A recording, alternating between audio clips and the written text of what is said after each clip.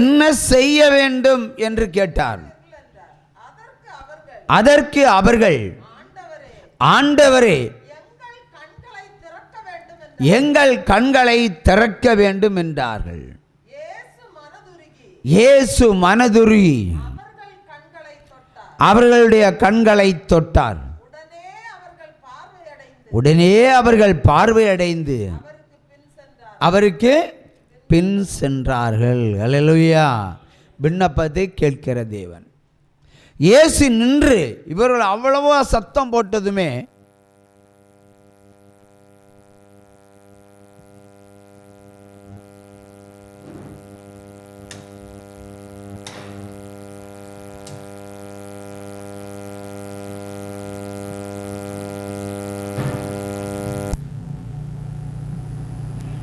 அல்லேலூயா.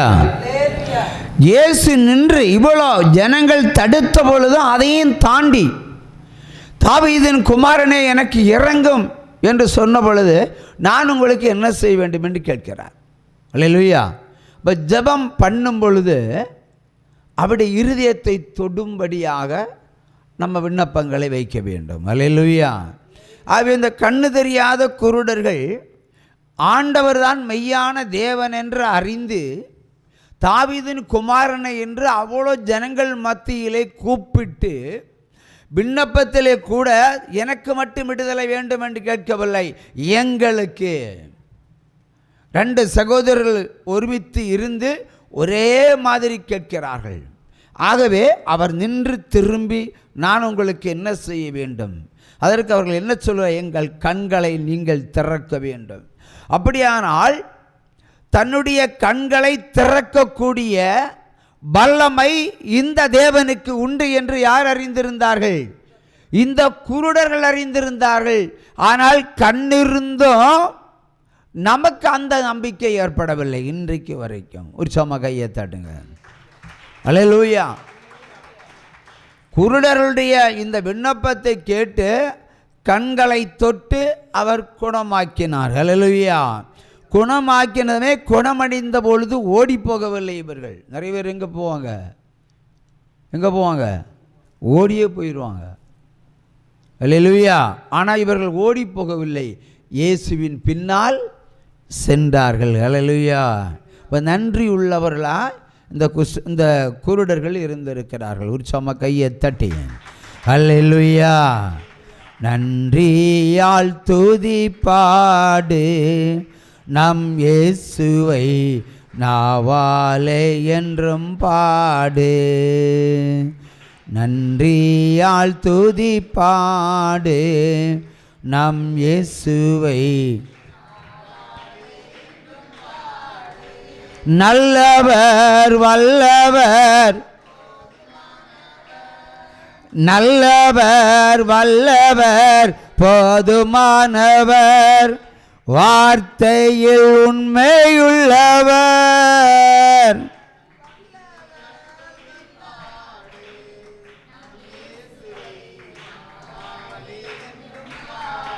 அல்லேலூயா.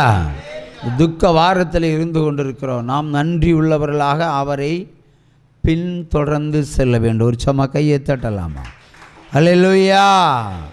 அல்லேலூயா. இப்போ குருடர்கள் விடுதலை பெற்ற பின்பும் பின்னிட்டு போகாமல் அவர்கள் இயேசுவை பின்பற்றி சென்றார்கள். அல்லேலூயா. நம்முடைய வாழ்க்கையில் கர்த்தர் எவ்வளவோ அற்புதங்கள் செய்திருக்கிறார்கள். அல்லேலூயா. அதுக்கு நன்றியும் இல்லை, சாட்சியும் இல்லை. ஒரு சம கையை தட்டலாமா? அல்லேலூயா. அல்லேலூயா. அடுத்தபடியாக வாசித்த வேத புஸ்தகத்திலிருந்து உங்களுக்கு பிரியமான வேத வசனங்களை 2-3 பேர் வாசிக்கலாம்.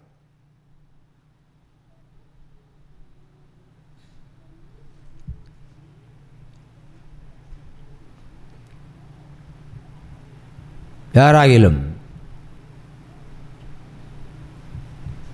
அதிகாரம் வாசிக்கும்போது நல்ல செவியை தீட்டி வச்சு கேட்கணும்.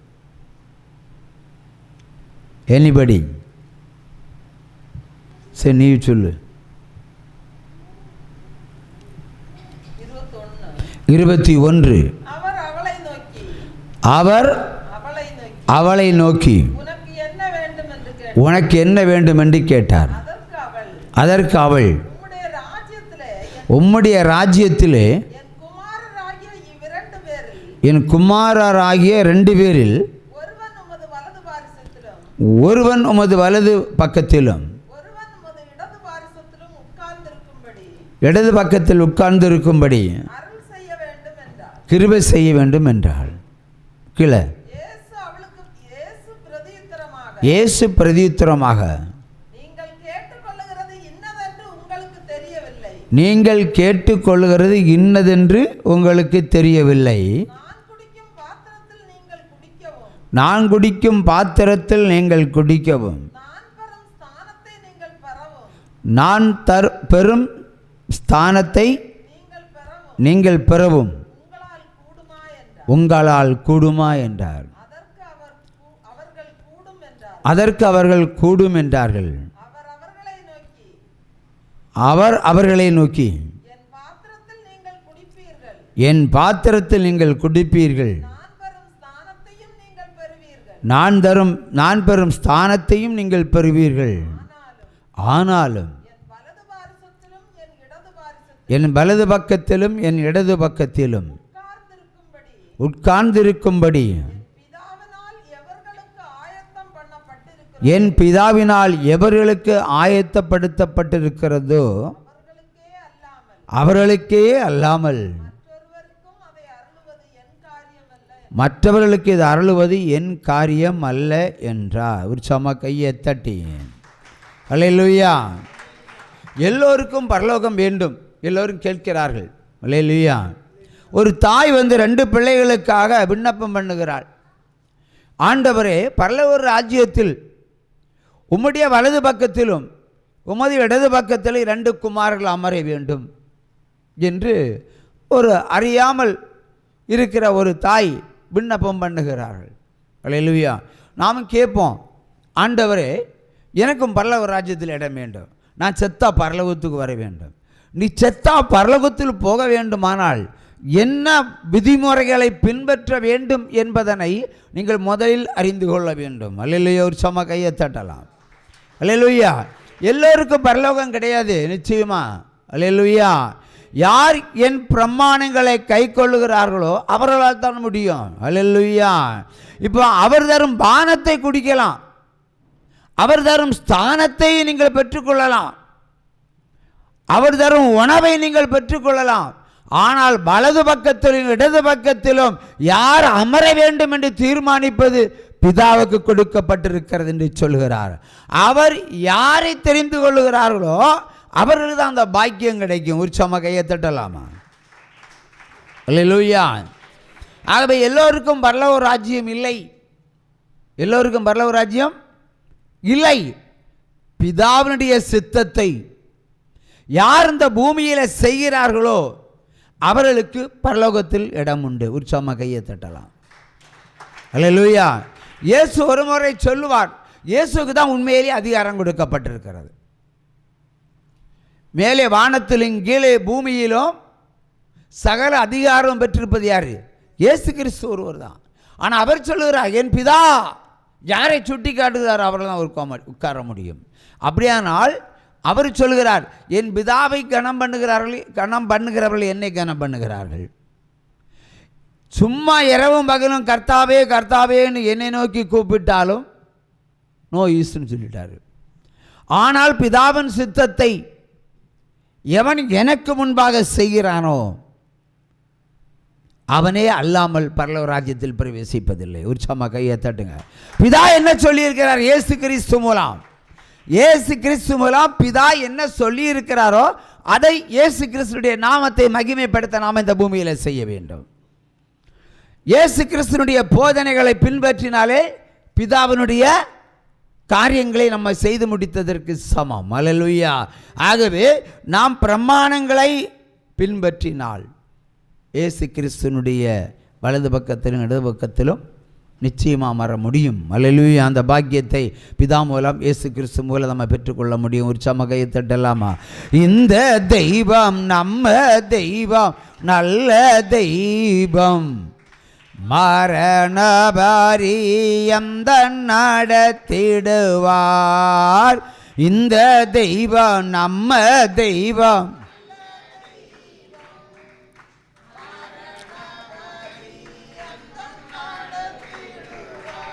இது லெந்து டேஸ், துக்க நாட்கள். நிறைய பேர் உண்ணாவிரதம் இருக்கிற நாட்கள். ஆனால் பிரமாணத்தை கடைபிடிக்காமல் இந்த 41 நாளும் உபவாசம் இருக்கிற பெருஞ்சாதி மக்கள்கள் உண்டு. ஒரு பிரயோஜனம் இல்லை. பரலோகத்து பக்கத்திலே போக மாட்டாங்க. உற்சாம கையை தட்டுங்க. எவன் பிரமாணத்தை கை கொள்ளுகிறானோ அவனுக்கு உபவாசமும் தேவையில்லை. அல்லேலூயா.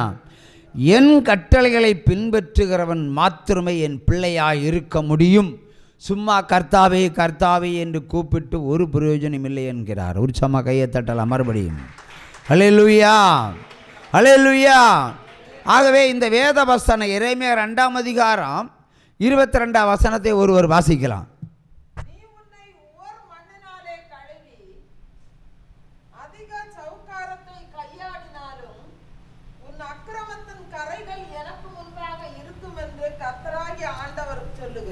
அல்லேலூயா. திரும்ப வாசி. நீ உன்னை உவர் மண்ணிலே கழுவி அதிக சவுக்காரத்தை கையாடினாலும் உன் அக்கிரமத்தின் கரைகள் எனக்கு முன்பாக இருக்கும் என்று கர்த்தராகி ஆண்டவர் சொல்லுகிறார். உற்சாமா கையை தட்டி கையை தட்டி கையை தட்டி. சிங்கக்கேபியோ சூளை நெருப்போ அவர் என்னை காத்திடுவார். சிங்கக்கேபியோ சூளை நெருப்போ அவர் என்னை காத்திடுவார். அதாவது ஆண்டவர் உங்கள் பாவங்களை கழுவ சொல்லுகிறார். இந்த நாளில் என்ன செய்யணும்? நம்முடைய பாவங்களை கழுவ வேண்டும். ஆனால் உலக பிரகாரமாக நம்ம என்ன செய்கிறோம்? நம்முடைய சரீரத்தினுடைய அழுக்குகளை அதிக சவுக்காரம் கொண்டு கழுவ நினைக்கிறோம். சோப்பை போட்டு கழுவோம், நம்ம உடம்புல உள்ள அழுக்கு போகாது. உடனே என்ன பண்ணுவோம்? சௌரியை வச்சு பிடிப்போம். சௌரியும் சோப்பும். அதுலேயும் பிடிக்கலைன்னு என்ன செய்வோம்? காரம்னு ஒரு வகை இருக்குது இல்லையா? போகாத அழுக்கும் போகும். காரத்தை வச்சு அது அதிக சவுக்காரம், அதுதான் காரம். ஒரு காலத்தில் துணியை துவைக்கிறது ஒரு நாள் முன்னாடி என்ன செய்வோம்? தண்ணியை போட்டு காரத்தை போட்டு ஊற வச்சுருவோம். மறுநாள் காலையில் தப்பி எடுத்துருவோம், அழுக்கெல்லாம் கிளியர். அப்படி துணிக்கே இவ்வளவு காரம் தேவைப்படுகிற, சோப்பு மட்டுமல்ல காரம் கூட தேவைப்படுகிறது. அதிக சவுக்காரத்தை யூஸ் பண்ணி ஒரு துணியை வெளுக்க நினைக்கிறோம். நம்ம அதிக பரிசுத்தத்தை பயன்படுத்தி நம்முடைய சரீரத்தினுடைய கரைகளை அப்புறப்படுத்த வேண்டும். நீ உடலை கழுவிக்கொள்கிறாய், உன் உள்ளத்தை கழுவினாயா? உடலை கழுவுகிறாய் என விதவிதமான நறுமண சோப்புகளாலும் நாம் உடம்பை கழுவுகிறோம், உள்ளத்தை கழுவவில்லை. உன் உள்ளத்தில் இருக்கிற அக்கிரமங்கள் எனக்கு முன்பாக இன்றைக்கும் இருந்து கொண்டிருக்கிறது என்று கர்த்தராக தேவன் நினைவூட்டுகிறார். உற்சாம கையை தட்டலாம். ஆகவே கழுவ வேண்டிய பாவங்கள் இருதயத்துக்குள்ளே உள்ளத்திற்குள்ளே இருக்கிறது. அதை கழுவ வேண்டும். வெளியரங்கமாய் அதிக சவுக்காரம் கொண்டு நம்ம உடம்பை கழுவினாலும் இந்த வகையான பாவங்கள் ஒரு காலம் கழுவினாலும் அது அகன்று போகாது. அது வசனத்தால் மட்டுமே கழுவப்படும். அல்லேலூயா, அல்லேலூயா. எந்த வசனத்தால் கழுவப்படும் பிரதர்? நீங்கள் சொல்லுங்கள் பிரதர். நம்முடைய பாவங்கள் எந்த வசனத்தின் அடிப்படையில் கழுவப்படும்?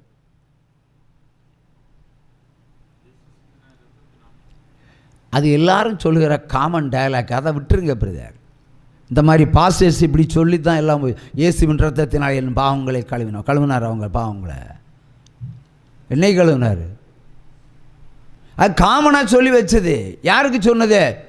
அப்போஸ்தலர் 12 பேரும் சேர்ந்து அன்றைக்கு இயேசு கிறிஸ்து மரித்து உயிர்த்தெழுந்து பரலோகத்துக்கு போனதும் உங்கள் பாவங்களுக்காக அவர் அடக்கம் செய்யப்பட்டார் என்று அவர்களுக்கு சொன்ன செய்தி, உங்களுக்கு சொன்ன செய்தி அல்ல. புரியுதா? உங்களுடைய அக்கிரமங்கள்னால அவர் அடிக்கப்பட்டார் என்று அவர்களுக்கு சொன்னார்கள். ஆனால் 12 பேரும் அதை இன்னைக்கு வண்டி ஓட்டப்படாது. அது அந்த காலத்தோட முடிஞ்சு போச்சு. இந்த காலத்தில் இயேசு கிறிஸ்துனுடைய பிரமாணங்களை பின்பற்றுகிறவர்கள் நாம். புரியுதா? அவர்களுக்கு ஒரு பரிந்துரை கூட ஆண்டவர் செய்தார். இவர்கள் அறியாமல் செய்கிறார்கள், மன்னியும் பிதாவிடத்தில் விண்ணப்பம் பண்ணினார். அன்றைக்கு இருந்த ஜனங்களுக்கு அவர்கள் சுவிசேஷம் அறிவித்தார். உங்களால் அடிக்கப்பட்டார், உங்களால் காயப்பட்டார், உங்களால் சிலுவையில் அறையப்பட்டார், உங்கள் பாவங்களுக்காக தொங்கினார் என்று அவர்களுக்கு சுவிசேஷம் அறிவித்தார்கள். உங்களுக்கு அல்ல, எனக்கல்ல, நாமெல்லாம் அதை பார்த்து பின்பற்ற வேண்டும். ஒரு சம கையை தட்டி இருந்தாலும் சொல்லுங்க, உட்கார்ந்து சொல்லுங்க, எந்த வசனத்தின் அடிப்படையில் இந்த காலத்தில் நம்முடைய பாவங்கள் கழுவப்படும்? நிறைய ஒவ்வொரு நாளும் சொல்லியிருக்கிறேன். யாராவது ஒருவர் சொல்லுங்க, எந்த வசனத்தின் அடிப்படையில் நம்முடைய பாவங்கள் கழுவப்படும்?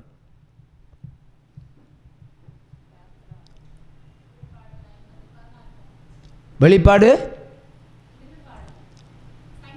சங்கீதம்,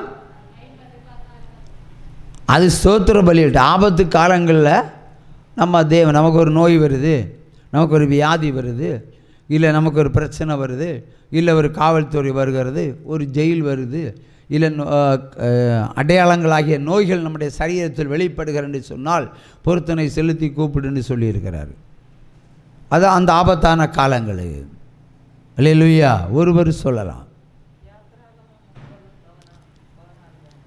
யாத்திராகவும் 30-15 அது ஒன்று ஆத்துமா பாவ நிவாரண பலி.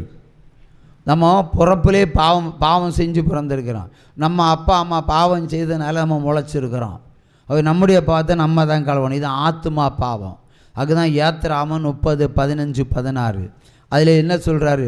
உன்னுடைய ஆத்துமா பாவ நிவாரண பலியாக கர்த்தருக்கு ஒரு காணிக்கை செலுத்தும்படி நீ ஐஸ்வர்யவான் ஆனாலும் அரசேக்கலுக்கு மிகாமலும், நீ தரித்திரன் ஆனாலும் அரசேக்கலுக்கு குறையாமல ஒரு காணிக்கை பணத்தை எடுத்துக்கொண்டு ஆசாரியன் கையிலே கொடு. அதை அவன் தேவனுடைய